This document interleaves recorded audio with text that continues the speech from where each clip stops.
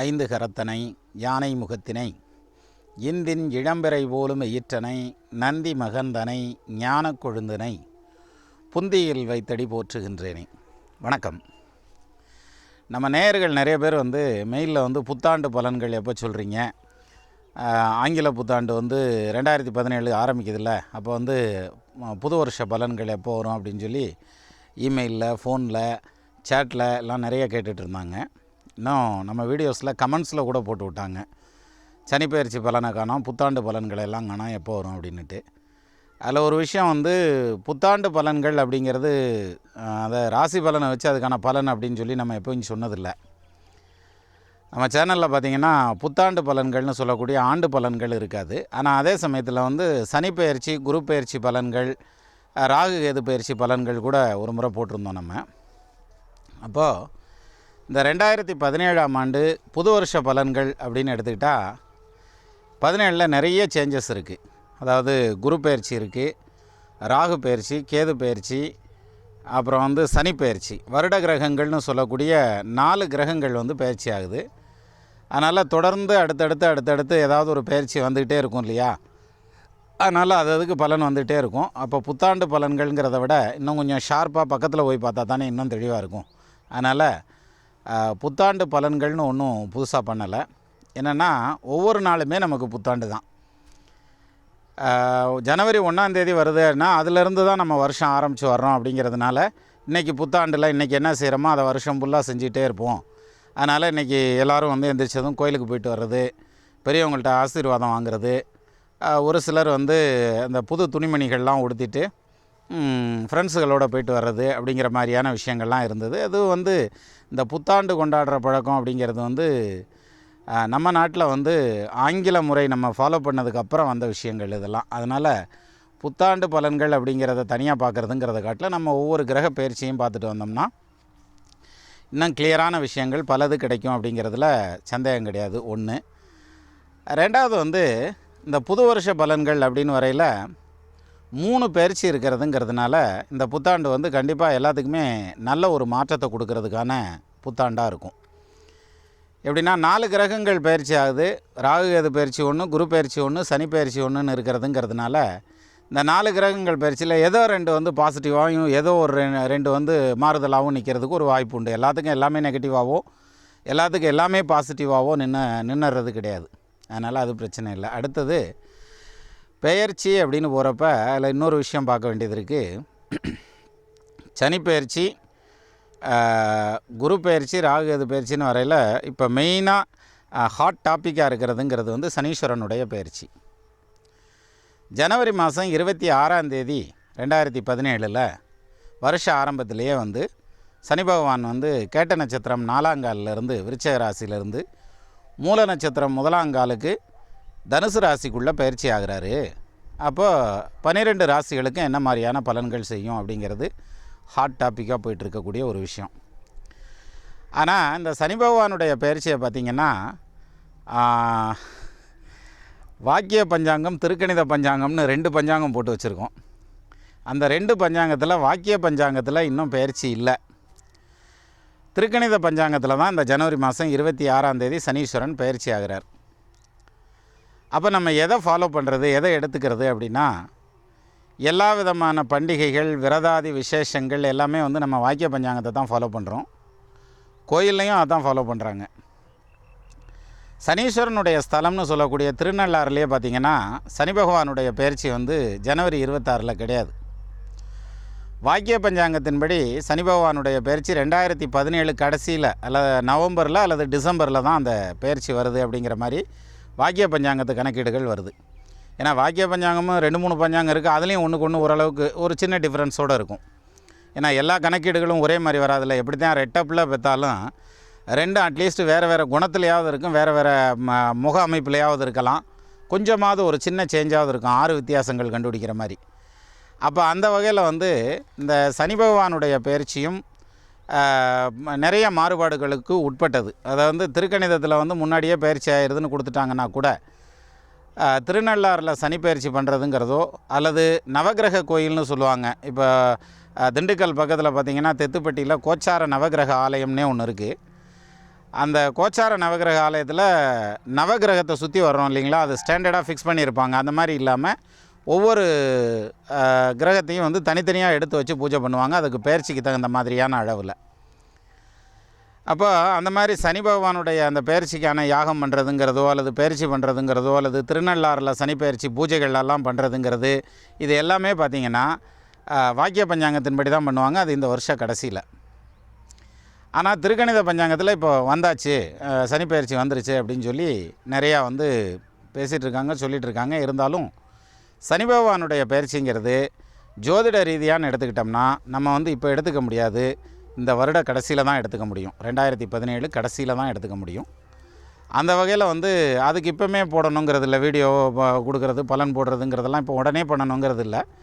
So நம்ம வந்து இது சம்மந்தமான விளக்கங்களை அக்டோபர் அல்லது நவம்பர் மாதத்தில் பார்த்தோம்னா இன்னும் நமக்கு கிளியராக கிடைக்கும் அப்படிங்கிறது ஒரு முக்கியமான விஷயம். அப்போது பஞ்சாங்கத்தில் நம்ம எதை எடுத்துக்கிறது? ஏன்னா ஒருத்தர் சனி பகவானுடைய பயிற்சி இப்போங்கிறாரு, இன்னொருத்தர் பின்னாலன்றாரு அப்படின்னு எடுத்துக்கிட்டால், வாக்கிய பஞ்சாங்கம்ங்கிறத அந்த காலத்தில் சும்மா வாய்ப்பாடு சொல்லி கணக்கை போட்டு அப்படியே கையிலேயே எண்ணி எண்ணி கணக்கு போட்டு பார்த்துட்றாங்க. அதில் தான் வந்தது. அதனால் பிழைகள் மாறுபாடுகள் எல்லாம் வர்றதுக்கு வாய்ப்பு இருக்குது. அதனால் திருக்கணிதம் அப்படிங்கிறது வந்து திருக்கணிதம் அப்படின்னதும் புனிதமான அப்படின்னு அர்த்தம் இல்லை. திருங்கிற அடைமொழி வந்து அப்படி இல்லை. இப்போ திருவோண நட்சத்திரம், திருவாதிரை நட்சத்திரம்னு 2 நட்சத்திரம் சொல்கிறோம். இந்த 2க்கும் திருங்கிற அடைமொழி வருது. அப்போ அந்த திருங்கிறது வந்து திருவாதிரை சிவபெருமானுடைய நட்சத்திரம், திருவோணம் வந்து பெருமாளுடைய நட்சத்திரம் அப்படின்னு சொல்லி சொல்கிறோம். அப்போ அதில் வர்ற அந்த திருங்கிறது வந்து அந்த உயர்வான மதிப்பை குறிக்கிறதுக்காக வர்றது. இந்த திருக்கணிதம்னு வர்றதில் என்னென்னா, திருக் அப்படின்னாக்க சான்ஸ்கிரிட்டில் வந்து சுழலக்கூடியதுன்னு அர்த்தம். அதாவது ஓரளவுக்கு அப்படி சுழன்று நிற்கக்கூடியது. அப்போது பூமி தோன்றின காலத்தில் இருந்து இப்போ வரைக்கும் நடக்கக்கூடிய காலங்களில் வந்து இந்த ராசி சக்கரம்னு ஒன்று வச்சுருக்கோம் இல்லையா, கற்பனையான ஒரு சக்கரம் பூமி இருக்கும், அந்த பூமி இப்படி சுற்றி வரும். அப்போ அந்த ராசி சக்கரத்தை வந்து ஸ்டாண்டர்டாக மேஷம் ரிஷபம் மிதுனம்னு அப்படி வச்சுருக்கோம்ல, அது சுற்றி வர்றப்போ வந்து அதில் சலனத்தில் வந்து கொஞ்சம் மாறுபாடு வந்துருச்சு. அதனால் இப்போ மேஷம் வந்து எங்கே இருக்குன்னா மீனத்துக்குள்ளே இருக்குது, மீனம் வந்து மேஷத்துக்குள்ளே வந்துருச்சு அப்படிங்கிற மாதிரி ஒரு சில கணக்கீடுகள் சொல்கிறாங்க. சரி, அப்படி தான் திருக்கணிதத்தில் எல்லோரும் ஒரே மாதிரி சொல்கிறாங்களான்னா அப்படியும் கிடையாது. ஒரு 4 பேர் திருக்கணிதம் போடுறாங்கன்னா 4 பேர் 4 விதமான அயனாம்சம்னு ஒன்று போடுறாங்க. அதாவது எவ்வளோ டிஃப்ரென்ஸ் அப்படின்ட்டு. இப்போது இதில் ஒரு சின்ன எடுத்துக்காட்டு. லைனாக வீடுகள்லாம் இருக்குது.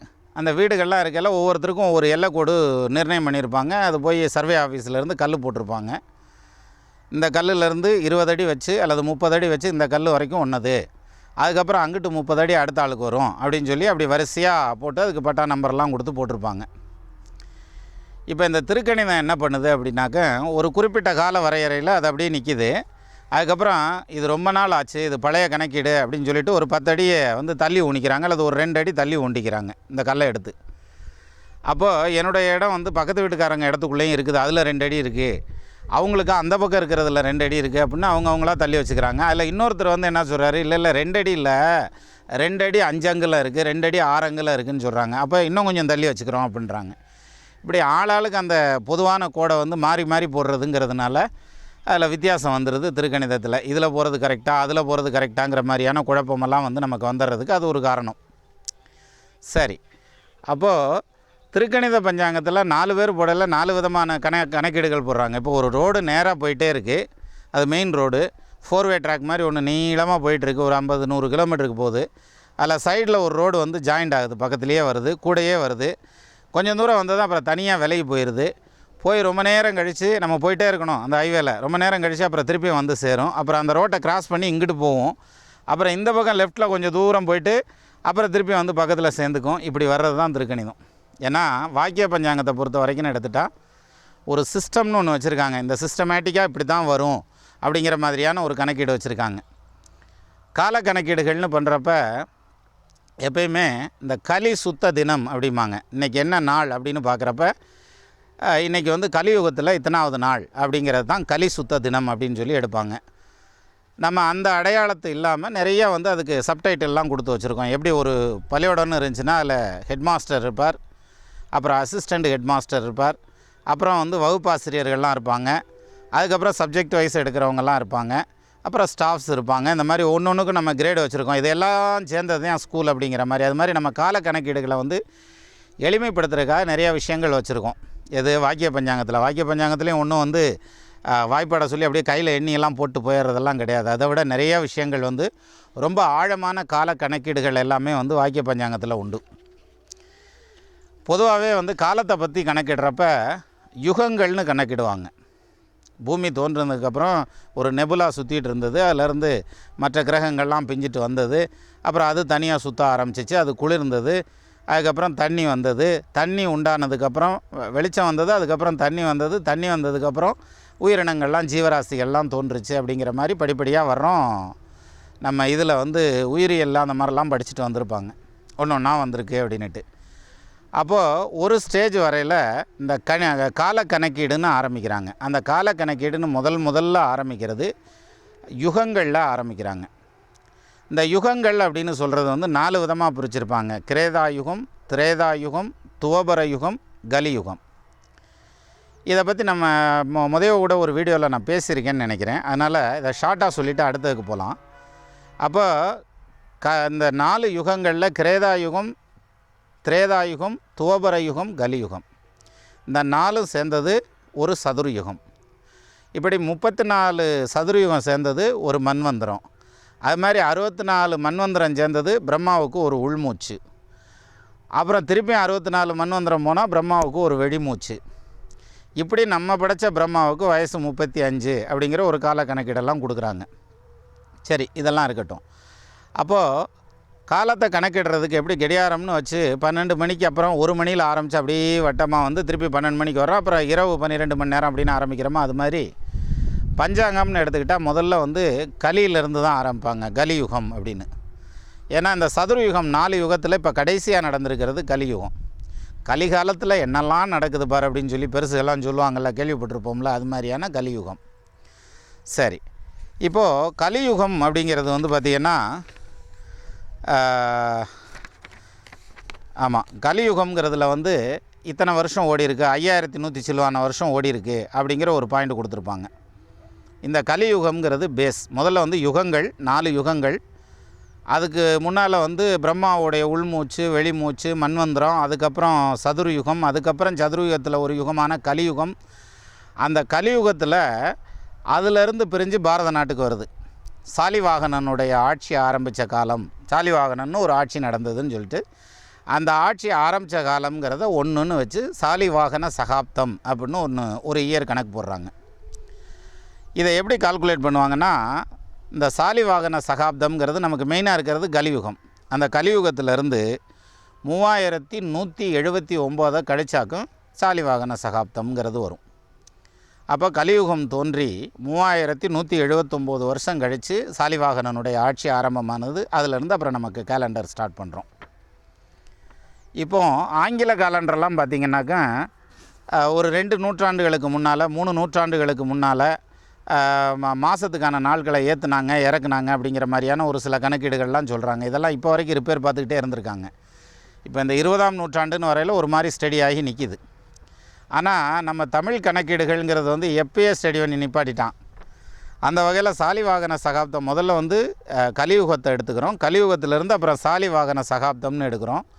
அதுக்கப்புறம் வர்றது தான் கொல்லம் ஆண்டுன்னு ஒன்று வரும். இந்த கொல்லம் ஆண்டு எடுக்கிறது எப்படி, இந்த கலியுகத்தில் எப்படி 3179 கழித்து சாலிவாகன சகாப்தம் எடுக்கிறோமோ அது மாதிரி கொல்லம் எடுக்கிறது 3926 கழித்து கொல்லம் ஆண்டு எடுப்போம். கொல்லம் ஆண்டுங்கிறது வந்து ஆனி மாதம் 1 தேதியில் ஸ்டார்ட் ஆகுது அப்படின்னு ஒரு கணக்கீடு உண்டு. இப்போ இதிலேருந்து அப்புறம் அடுத்து வர்றது வந்து ஆங்கில புத்தாண்டுன்னு சொல்கிறோம்ல, அது மாதிரி அந்த இங்கிலீஷ் கணக்கீடு அப்படின்னு எடுத்துக்கிட்டால் சாலிவாகன சகாப்தத்தோட 78 வருஷத்தை கூட்டி ஆங்கில ஆண்டு கணக்கில் எடுத்துக்கிறாங்க.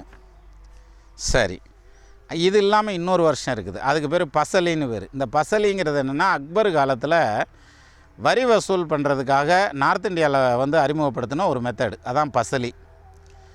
அங்கே ஆரம்பித்து 2 வருஷம் கழித்து அப்புறம் தென்னிந்தியாவில் ஆரம்பித்தாங்க. அதனால் தென்னிந்தியாவுக்கும் வட இந்தியாவுக்குமான அந்த கால கணக்கீடுகளில் வந்து இந்த பசலிங்கிற வருஷத்தில் ஒரு 2 வருஷம் வித்தியாசம் வரும். ஏன்னா ஷாஜகான் காலத்தில் தான் வந்து தமிழ்நாட்டு பக்கம் வந்தது, சவுத் இந்தியா பக்கம் வந்தது. நார்த் இந்தியாவில் வந்து பசலி ஆரம்பித்து 2 வருஷம் கழித்து தான் அது இங்கே ஆரம்பிக்கிறதுங்கிறதுனால 2 வருஷம் டிஃப்ரென்ஸ் வரும். இது வந்து ஜூலை மாதம் முதல் தேதி ஸ்டார்ட் பண்ணுவாங்க. எது இந்த பசலிங்கிறத. அப்போ வருஷத்தில் கலியுகம் இருக்குது, சாலிவாகன சகாப்தம் இருக்குது, ஆங்கில புத்தாண்டு இருக்குது, பசலி இருக்குது. இதெல்லாம் வருஷம். இப்போ இந்த வருஷத்தை 2 விதமாக பிரிக்கிறான். ஒன்று வந்து உத்தராயணம், இன்னொன்று தட்சிணாயனம். உத்தராயணங்கிறது தையிலேருந்து ஆனி மாதம் வரைக்கும், தட்சிணாயனங்கிறது ஆடியிலேருந்து மார்கழி மாதம் வரைக்கும்.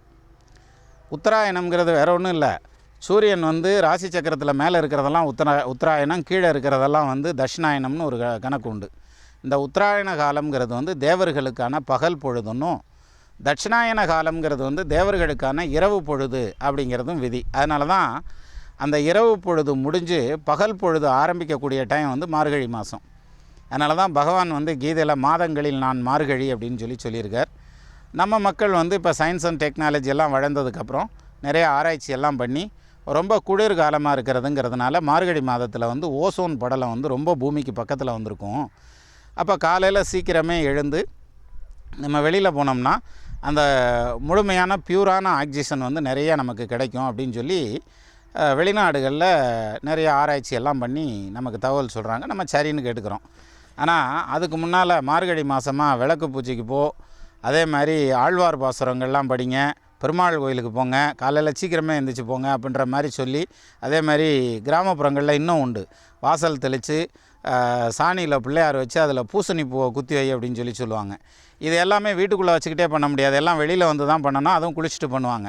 அப்போ ஆட்டோமேட்டிக்காக எந்திரிச்சு வெளில வந்துடுவாங்க. அதனால தான் மார்கழி மாதம் மாலை போடுங்க, கோயிலுக்கு போங்க அப்படின்றதெல்லாம் சொன்னதுக்கான காரணங்கிறது அந்த உடம்பை வைரமாக ஆக்கிறதுக்கான அமைப்பு. இதை இப்படி மறைமுகமாக சொன்னால் அந்த தெய்வத்தின் மேலே அப்படிங்கிற அந்த ஒரு பயத்திலேயே கரெக்டாக பண்ணிடுவாங்கங்கிறதுனால அதுக்கு அப்படி சொன்னாங்க. பட் நம்ம மக்கள் வந்து நேராக எடுத்துக்க மாட்டாங்க இல்லையா? அதனால் அவங்களுக்கு வந்து வெளிநாட்டுக்காரங்க ஆராய்ச்சி பண்ணி சொன்னாக்கும் சரி, ஆமாம் கரெக்டு தான், நம்ம சொல்கிறது அவங்க சொன்னது கரெக்டு தான், நம்ம ஏற்றுக்குருவோம். இப்போ அப்படி தான் ஏற்றுட்ருக்கோம். சரி, இதில் வந்து 2 விதமான அயனம். அப்போ வருஷத்தை பிரித்தா 2 விதமானதாக பிரிக்கிறோம். 6 மாதமாக பிரித்து அயனம்னு கொண்டு வந்துடுறோம், உத்தராயணம் தட்சிணாயனம். சரி, அப்போ வருஷத்துக்கு கீழே வரையில் மாதமாக பிரிக்கிறோம். மாதம் பிரிக்கிறப்ப சௌரமான மாதம், சாந்திரமான மாதம்னு 2 மாதம் கொடுத்துட்றான். அதில் இன்னொன்று கூட இருக்குது, நட்சத்திரமான மாதம்னு ஒன்று இருக்குது. அதில் 3 வகையில் 2 வகை பிரபலமாக நிற்கக்கூடியது. அதில் வந்து சாந்திரமான மாதம், சௌரமான மாதங்கிறதுல வந்து சௌரங்கிறது வந்து சூரியனை அடிப்படையாக கொண்டது. அதாவது காலையில் 6 மணிக்கு சூரியன் உதித்து மறுநாள் காலையில் 6 மணிக்கு சூரியன் உதிக்கிற வரைக்கும் வரக்கூடிய காலம் ஒரு நாள். அப்படி ஒரு 30 நாள் எடுத்துக்கிறதுங்கிறது வந்து ஒரு மாதம் அப்படின்னு வந்து அந்த மாதிரி வர்றது. இன்னொன்று வந்து சாந்திரமானதுன்னு சொல்கிறது, இந்த சந்திரனுடைய சஞ்சாரத்தை அடிப்படையாக வச்சு எடுத்துக்கிறது. அப்போ இதில் வந்து எப்படி வரும்னா, சூரியன் வந்து உதிக்கிறதுலேருந்து அடுத்து உதிக்கிற வரைக்கும் எடுத்துக்கிறோம். அப்படி எடுக்கல என்ன ஆகும்னா, ஒரு ராசிங்கிறது வந்து 30 பாகை. இந்த 30 பாகை அவர் கடந்து வர்றதுக்கு எவ்வளோ நாள் எடுத்துக்கிறாரோ அது வந்து ஒரு மாதம் சூரியனை வச்சு. இதை எவ்வளோ நாள் எடுத்துக்குவார்? அதிகபட்சம் 32 நாள் எடுத்துக்குவார், குறைஞ்சபட்சம் 29 நாள் எடுத்துக்கிறாரு. இது சூரியனை அடிப்படையாக வச்சு மாதம். சந்திரனை அடிப்படையாக வச்சு மாதம் அப்படின்னு எடுத்துக்கிட்டால், சூரியனும் சந்திரனும் ஒன்றா இருக்கிறதுங்கிறது அமாவாசை திதி. அதனால தான் அமாவாசையில் பிறந்தவங்க வந்து திருடனா பிழைப்பான் அப்படின்னு சொல்லி நாட்டுப்புறத்தில் முந்தைய ஒரு பழமொழி உண்டு. எல்லாத்துக்கும் பழமொழி வச்சுருக்கோம்ல, அதுக்கும் உண்டு. அப்போது இந்த சந்திரனுடைய சஞ்சாரம் சூரியனை ஒட்டி இருக்கிறப்ப அது வந்து அமாவாசை. ஆனால் சூரியனும் சந்திரனும் ஜாதகத்தில் சேர்ந்துருந்தால் அது பெரிய யோகம்ன்றான். ஆக்சுவலாக எப்படி சொல்கிறாங்க? கதிரோடு மதியங்கூடி, கதிர்னா சூரியன், மதினா சந்திரன்.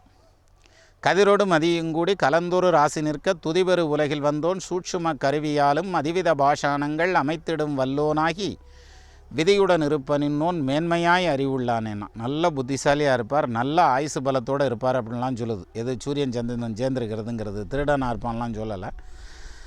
அப்போ சூரியனும் சந்திரனும் சேர்ந்துருக்கிறது அமாவாசை திதி. அதிலிருந்து அடுத்த அமாவாசை திதி ஆரம்பிக்கிற வரைக்குமான ஒரு காலம் அப்படிங்கிறது வந்து சாந்திரமான மாதத்தில் எடுத்துக்கிறது. அப்படி ஒரு நாள்னு கணக்கிட்டு அப்படி ஒரு 30 நாளை கணக்கிட்டு வர்றது. இதில் வந்து அதிகபட்சமாக எடுத்துட்டால் 29.53 நாள். இது வந்து சாந்திரமான மாதம், ஒரு மாதத்துக்கான நாட்கள்.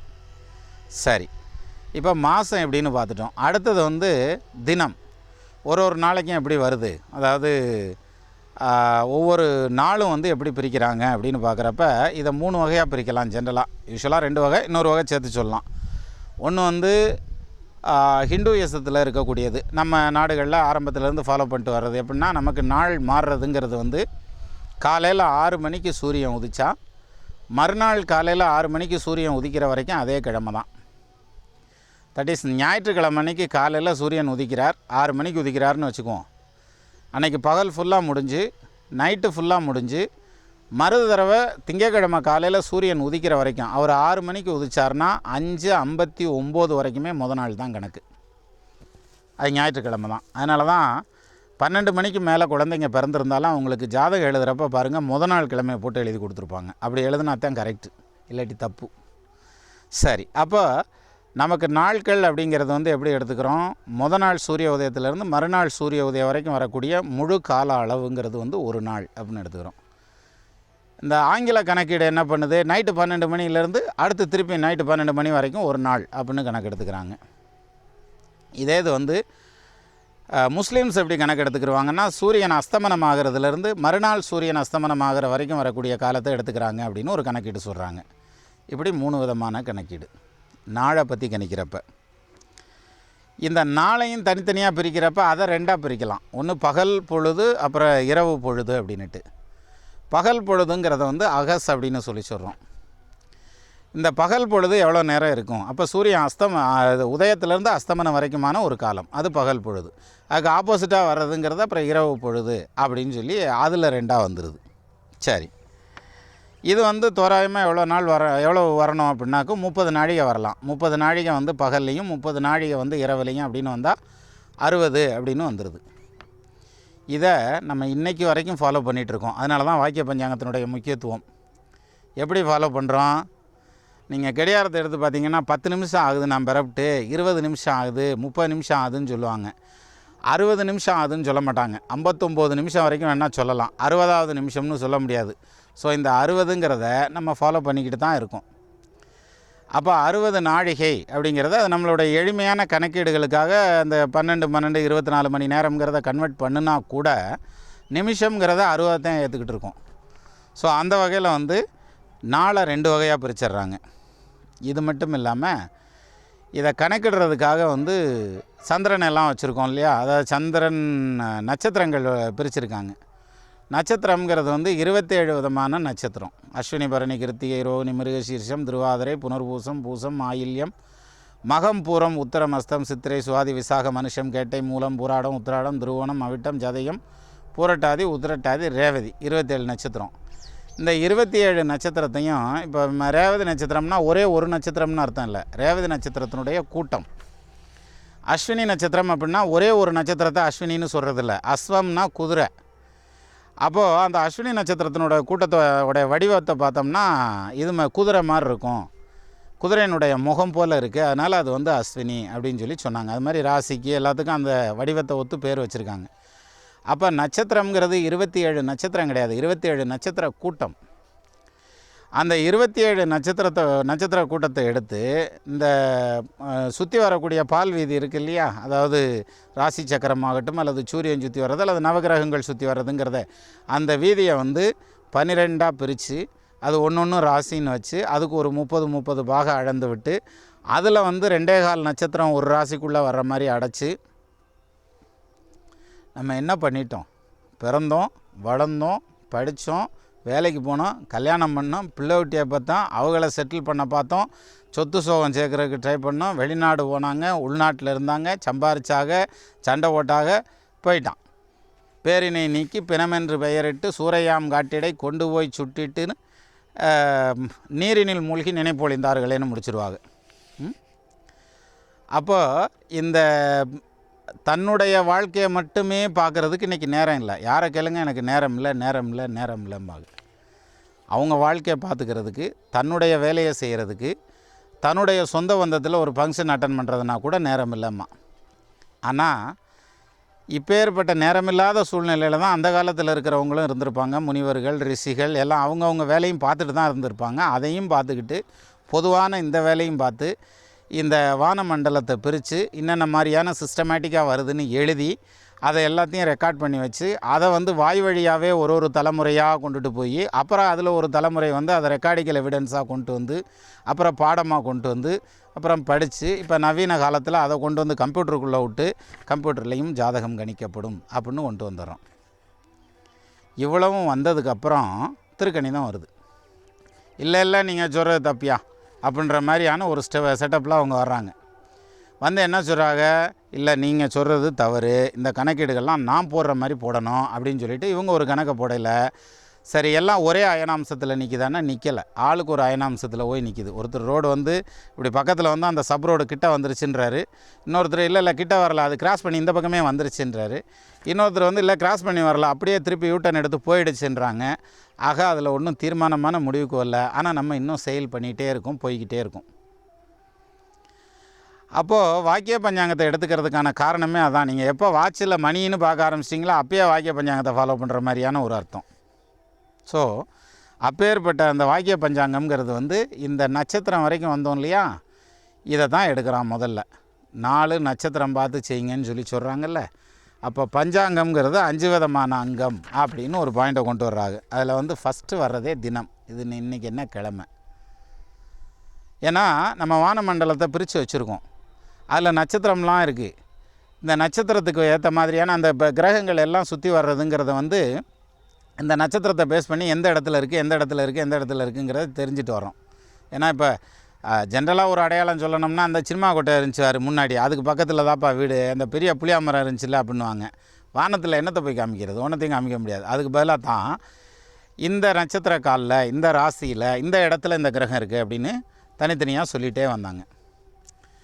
அப்போது நமக்கு கணக்கீடுகளை எளிமையாக்கிறதுக்காக அதை ஒரு கட்டம் போட்டு இதில் இத்தனை நட்சத்திரம் இருக்குது, அதுக்கு இந்த அதிபதி தேவதை இதெல்லாம் இருக்குது அப்படிங்கிற மாதிரியான செட்டப்லாம் கொண்டு வந்து அதை நம்ம மனசில் ஈர்க்கிறதுக்கும் நிறுத்துறதுக்குமான வேலைகளை அந்த வேலைகளெல்லாம் செஞ்சு வச்சாங்க.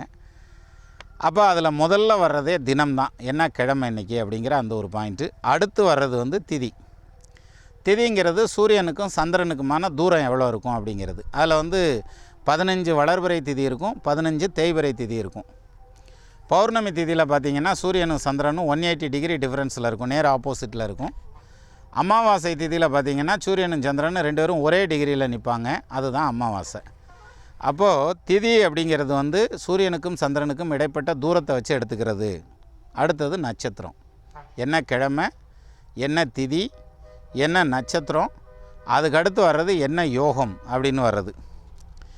யோகத்துக்கு அடுத்து வர்றது கரணம். யோகத்தில் பாதி கரணம்னு சொல்லுவாங்க. இந்த 5 விஷயத்தையும் அதில் குறித்து கொடுக்குறதுங்கிறதுனால தான் அதை பஞ்சாங்கம் அப்படின்ற அந்த 5 அங்கங்கள் பஞ்சாங்கம் அப்படின்னு. பாஞ்சுன்னா ஹிந்தியில் கூட சொல்லுவாங்க 5ன்னு சொல்லி, அதான் பஞ்சாப் அப்படின்னு சொல்லுவாங்க, 5 விதமான நதிகள் பாயிறது அப்படின்னு சொல்லிட்டு. அப்போ இவ்வளோ கணக்கீடுகளையும் போட்டு அதில் வந்து இதில் எடுத்து சொல்கிறேன். இப்போ சனி பயிற்சி இங்கேருந்து இந்த டைமுக்கு வர்றதுக்கு இந்த நேரத்தில் வருது அப்படின்னு. ஆனால் திருக்கணிதத்தில் முன்னக்கூட்டியே பயிற்சி ஆகுது அப்படின்னு சொல்லி சொல்கிறாங்க. இந்த பயிற்சிங்கிறது வந்து தியரிட்டிக்கலான பயிற்சி. இதுக்கு வந்து ஒரு சாரர் வந்து இல்லை ப்ராக்டிக்கலான பயிற்சி, அதான் நீங்கள் சொல்கிறது தான் தியரிட்டிக்கல் அப்படிங்கிற மாதிரி சொல்கிறதுக்கெல்லாம் ஆள் இருப்பாங்க. But exemption is not a rule. அப்போது இவங்க கொடுக்குற பயிற்சிங்கிறது வந்து தியரிட்டிக்கலான பயிற்சின்னு எடுத்துக்கலாமே தவிர, மற்றபடி கோயில்கள்லே ஆகட்டும், மற்ற விரதாதி விசேஷங்கள்லே ஆகட்டும், எல்லாமே வந்து வாக்கிய பஞ்சாங்கத்தின்படி தான் நம்ம ப்ராக்டிக்கலான பயிற்சியை நோக்கியே போகிறோம். அப்போது ஒரு பயிற்சிக்கு பலன் அப்படின்னு எடுக்கிறதுங்கிறதே வந்து, ஏன்னா திருக்கணிதம் அப்படின்னாக்க இப்போ நீங்கள் டெலஸ்கோப்பில் ஃபோக்கஸ் பண்ணிங்கன்னா அந்த இடத்துல இருக்கும் அப்படிம்பாங்க. ரைட், வாஸ்தவம் ஒத்துக்கிறோம். ஆனால் ஃபோக்கஸ் பண்ணி பலன் சொல்ல முடியாது. ஆனால் இருக்கிற இந்த கணக்கீடுகளை போட்டோம்னா பலன் சொல்லிடலாம். அது ஃப்யூச்சர் எப்படி இருக்கும், பாஸ்ட் எப்படி இருக்கும், ப்ரெசென்ட்டில் என்ன பண்ணிகிட்டு இருந்தது, இதை சொல்ல முடியும். அப்போ இதெல்லாம் எதை டிபெண்ட் பண்ணி வருது, வாக்கியத்தை டிபெண்ட் பண்ணி வருது. அப்போ டிரான்சிட்டையும் வாக்கியத்தை வச்சு எடுத்துக்கிற வேண்டியதானே. அதனால் டிரான்சிட் அப்படிங்கிறது வந்து சனி பகவானுடைய பயிற்சிங்கிறது இப்போ இல்லை, அவர் வர்றார் ஹேவிளம்பி வருஷம், தட் இஸ் அடுத்த வருஷம் மார்கழி மாதம் 3ஆம் தேதி 18/12/2017 அப்படின்னு சொல்லி மணிமேகலை பஞ்சாங்கம் கொடுத்துருக்காங்க. இதே இது வந்து மற்ற வாக்கிய பஞ்சாங்கங்கள் இருக்கும். இதில் முன்ன பின்ன வேரியேஷன் வரலாம், ஒரு 10 நாள் 15 நாள் வேரியேஷன் வரலாமே தவிர மற்றபடி பெரிய வித்தியாசம்லாம் ஒன்றும் வந்துடாது. அப்போ வாக்கிய பஞ்சாங்கத்தில் எப்போ சனி பகவானுடைய பயிற்சி அப்படிங்கிறது காமிக்குதோ அப்போ தான் நம்ம வந்து பலன் அப்படிங்கிறத சனி பகவானுடைய பயிற்சி பலன்கள் அப்படிங்கிற அந்த ஒரு பாயிண்ட்டை நம்ம நோக்கி போகிறதுக்கு சரியாக இருக்கும் அப்படிங்கிறது இதில் முக்கியமான விஷயம். அப்போது சனி பயிற்சி பலன்களுக்கு இன்னும் 1 வருஷம் முழுசாக இருக்குங்கிறதுனால தான் சரி நம்மளுமே எடுக்கிறோம் சனி பயிற்சியை வந்து இன்னும் கொஞ்சம் க்ளோஸ்அப்பில் கொண்டு வந்துடுவோம், அப்போ அடுத்த பயிற்சிகளையும் நம்ம பேஸ் பண்ணுறதுக்கு சரியாக இருக்கும் அப்படிங்கிற மாதிரியான ஒரு எண்ணத்தை நோக்கி வந்துடுறோம். சரி, இதெல்லாம் ஒரு பக்கம் இருக்கட்டும். அப்போது இந்த சனி பகவானுடைய பயிற்சிங்கிறது வந்து கேட்ட நட்சத்திரம் வரைக்கும் வந்துடுறார், வந்து கிட்டத்தட்ட 4ஆம் பாதம் வரைக்குமே வந்துடுறார். வந்துட்டு அதாவது விருச்சிக ராசியினுடைய எட்ஜு வரைக்கும் வந்துட்டு அப்புறம் திருப்பி வக்ரமாகி போயிடுறார். திருக்கணித சஞ்சாரத்தின்படி என்ன ஆகுதுன்னா, அந்த எட்ஜிலேருந்து தாண்டி கொஞ்சம் அப்படி வந்துட்டார். அந்த எல்லைக்கோடுன்னு சொல்கிறத வந்து நாங்கள் கொஞ்சம் திருப்பி போட்டிருக்கோம், அங்கே கொஞ்சம் தள்ளி தூக்கி வச்சுருக்கோம், அதனால் அதை தாண்டி வந்துட்டார் அப்படின்றாங்க. So whatever it is, பயிற்சிங்கிறது வாக்கிய பஞ்சாங்கத்தின்படி இன்னும் முழுசாக ஒரு வருஷம் இருக்குது. அதனால் அப்போ நம்ம சனி பகவானுடைய பயிற்சி பலன்களை பார்க்கலாம். அது மட்டும் இல்லாமல் இப்போ புது வருஷத்தில் 2017ஆம் ஆண்டு புது வருஷம் துவங்கியிருக்கு. நமது நேயர்கள் அனைவருக்குமான புத்தாண்டு வாழ்த்துக்கள். எல்லாருமே புது வருஷத்தில் வந்து ஏதாவது ஒரு குறிக்கோளை லட்சியத்தை எடுத்துக்கணும்னு சொல்லுவாங்க. ஏன்னா அது வந்து ஏதாவது ஒரு டூல் வேணும் இல்லையா. நான் பாரு, நாளையிலேருந்து இந்த இடத்துக்கு போகவே மாட்டேன், நாளையிலேருந்து டெய்லியும் நான் எக்ஸசைஸ் பண்ண போகிறேன், நாளையிலேருந்து நான் வாக்கிங் 1ஆம் தேதியிலேருந்து பாரியா நான் சிகரெட்டு குடிக்கிறத நட்டக்குத்தில் நிப்பாட்டுறேன் அப்படிங்கிற மாதிரியான ஒரு உறுதிமொழியெல்லாம் எடுப்பாங்க. ஸோ அந்த வகையில் இதையும் நம்மளும் வந்து ஒரு வாய்ப்பாக பயன்படுத்தி நம்மளும் ஒரு உறுதிமொழி எடுக்கலாம். எப்படி, நான் இந்த வேலை வந்து இன்னையிலேருந்து செய்கிறதில்ல, அல்லது இந்த வேலையை இன்னையிலேருந்து ஆரம்பிக்க போகிறேன், இப்போ இருந்து இதை செய்ய போகிறேன் அப்படின்னு சொல்லிட்டு ஒரு உறுதிமொழி எடுக்கிறதுக்கு அதுக்கு ஒரு வாய்ப்பை கொடுக்குது. அப்போ அதையும் நம்ம பயன்படுத்திக்கலாம். மற்றபடி புத்தாண்டு கொண்டாட்டங்கள் அப்படின்னு சொல்லிட்டு, அதாவது மொதல் நாள் ஈவினிங் ஆரம்பித்து மறுநாள் விடிஞ்சு 10 மணி ஆனாலும் எந்திரிக்காமல் படுத்துங்கிற அளவுக்கு அசதி ஆகிடுறாங்க பாருங்க. அது மாதிரியான புத்தாண்டு கொண்டாட்டங்கள் நமக்கு வேண்டாம். நம்மளுடைய புத்தாண்டுங்கிறது வந்து காலையில் ஏர்லியராக எந்திரிச்சு கோயிலுக்கு போகிறதில் ஆரம்பிக்கட்டும். அது வந்து ரொம்பவே நல்ல விஷயம். ஏன்னா எல்லா இடங்கள்லையும், அதாவது காற்று வந்து எல்லா இடத்துலையுமே இருக்கும். ஆனால் விவேகானந்தர் சொன்னது, காற்று வந்து எல்லா இடத்துலையுமே இருக்கும், ஆனால் அந்த காற்று இருக்கா இல்லையான்னு நம்ம உணர்றதுக்கு வந்து still we need a fan. நம்ம வந்து ஒரு மின்விசிறியை வந்து சுத்த விட்டோம்னா தான் அந்த காற்று நம்ம மேலே அடிக்கும். மற்றபடி காற்று இருந்துட்டு தான் இருக்கும். ஆனால் அதை நம்ம உணர்றதுங்கிறதுங்க வந்து அந்த மாதிரி ஒரு ஃபேனுங்கிற மாதிரியான ஒரு கருவி தேவைப்படுதில்ல. அது மாதிரி நம்ம ஒரு சில உறுதிமொழியெல்லாம் எடுக்கிறதுக்கு இது மாதிரி ஒரு சில கருவிகள் தேவைப்படுதில்ல. அந்த வகையில் இந்த புத்தாண்டையும் நம்ம ஒன்றா எடுத்துக்கிடுவோம். ஸோ இந்த புத்தாண்டு சகல வளமும் நலமும் பெற்று எல்லாத்துக்கும் எல்லா யோகத்தையும் கொடுக்கணும் அப்படிங்கிறது, எல்லோரும் இன்புற்றிருக்கவே அல்லாது வேறொன்றறியேன் பராபரமேன்னு வாங்க. அது மாதிரி எல்லாருக்கும் எல்லா வளமும் கொடுக்கணும் அப்படின்னு சொல்லி உங்களோட சேர்ந்து நானும் வேண்டிக்கிறேன். அப்போது புத்தாண்டு அன்னைக்கு எல்லோரும் வந்து காலையில் ரொம்ப சீக்கிரமே எழுந்து கோயிலுக்கு போய் அன்னைக்கு வேலையை வந்து ப்ராப்பராக ஆரம்பிங்க. இந்த வருடம் ஃபுல்லாகவே உங்களுக்கு பலவிதமான நல்ல பலன்களை கொடுப்பார் அப்படின்னு நானும் வேண்டிக்கிறேன். அப்போது நமது நேயர்கள் ஆள் போல் தழைதழைத்து அருகது போல் வேரூன்றி மூங்கில் போல் கிளை கிளைத்து முதியாமல் வாழ்ந்திருக்க வாழ்க என வாழ்த்தி அமைகிறேன்.